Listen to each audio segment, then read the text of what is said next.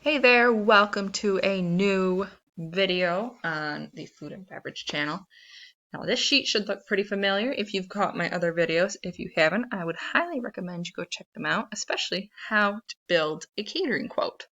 Today, we'll be going over what happens when a potential client says you're out of budget and you don't want to say no. The first thing to bear in mind is you're going to want to send them an initial holding email or phone call or something and say, like, hey, let me re-review this, see if we can't shave off a little bit of costs for you and meet you at your budget or a little closer to the middle, right? And in case you haven't seen the other videos yet, when you build out a quote, you want to be sure you have everything you need written here, and then be sure everything has a line item with formulas and how you're building costs. So example, this is 22 people getting 5 canapes apiece, charged at $2.25 per canapé, with a standard and premium package. So let's say this is for Rosie, right?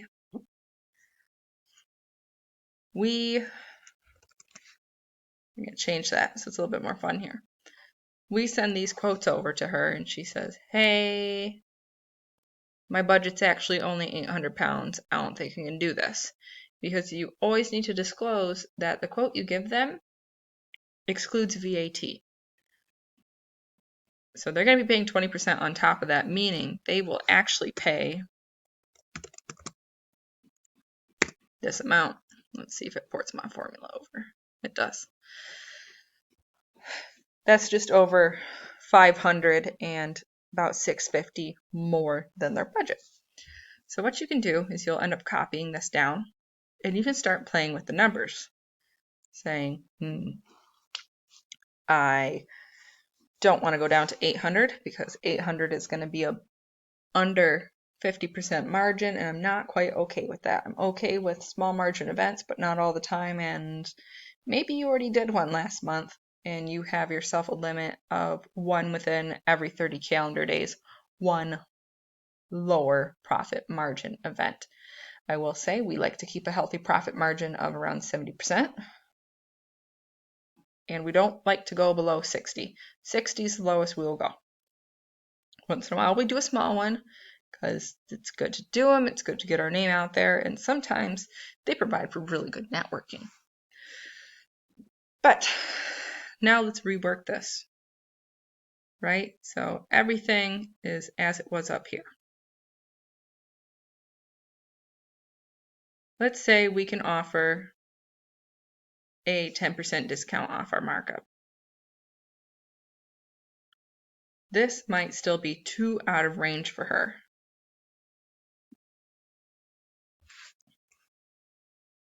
But what we want to do, let's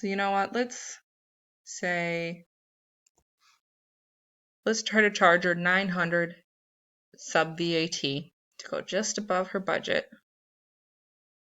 And we'll do 950 on this one, right? Now,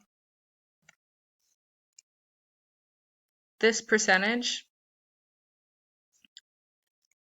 is total paid minus real cost divided by total paid again, because you're going to get what you actually made into a percent that way. So dropping to 900 would yield a 52% or 46% margin. But where did I get that from, right? Real cost.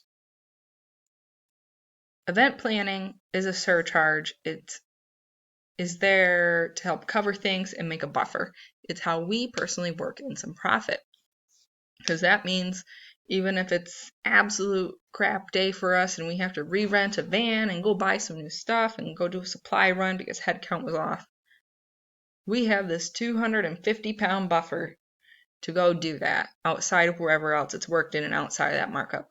We know we will always at least have that. So if we just have that, not great, but you know what? It's something. travel's a flat charge and canapes. Okay, let's say as a first thing, you can always follow up and say, hey, is the head count a firm 22? And are you firm on wanting 5 canapes per person? If she says yes, you can't mess with that number. If she says no, say, hey, could I get that fresh head count, or do you actually need less food? So if she really just needs 4 per person and it's only 20 people, that immediately is brought down. Like this. It's actually 4 for 20. Look at that nice jump, right? And let's say we want to be nice, and instead of marking it up like our usual by 1.5, we do 1.4.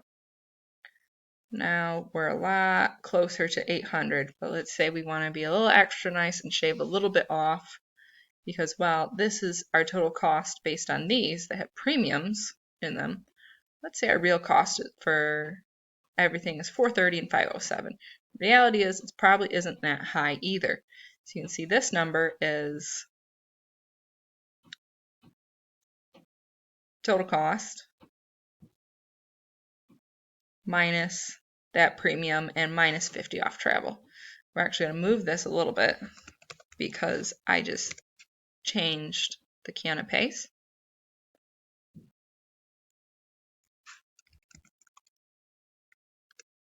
And now that we've adjusted that and given a little discount, these numbers get brought down.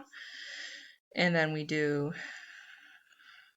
36250.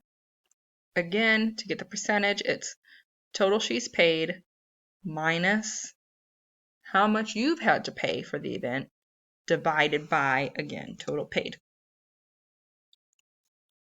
Let's keep going. Do this one for 1850. And that's still at a pretty healthy percentage. If you come back and say, hey, how about 900? We're able to give you a discount. She says, no, it's 800 firm. Then you can come rework the math again, say, hey, let me check on that. I'm sorry. I'm going to run the math one more time to see if we can pull this off at your budget of 800. Let's change it up. You might say, I'm sorry, we can only offer our standard package, depending what your math and what you're comfortable is. Whoop.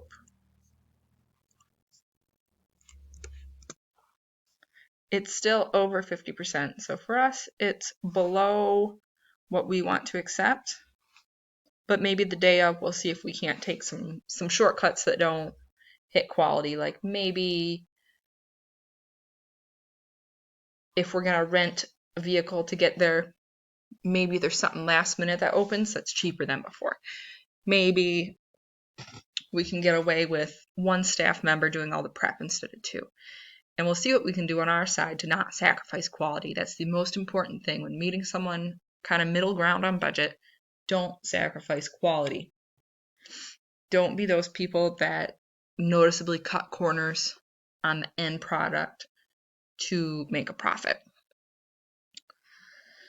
So, hopefully all this makes sense.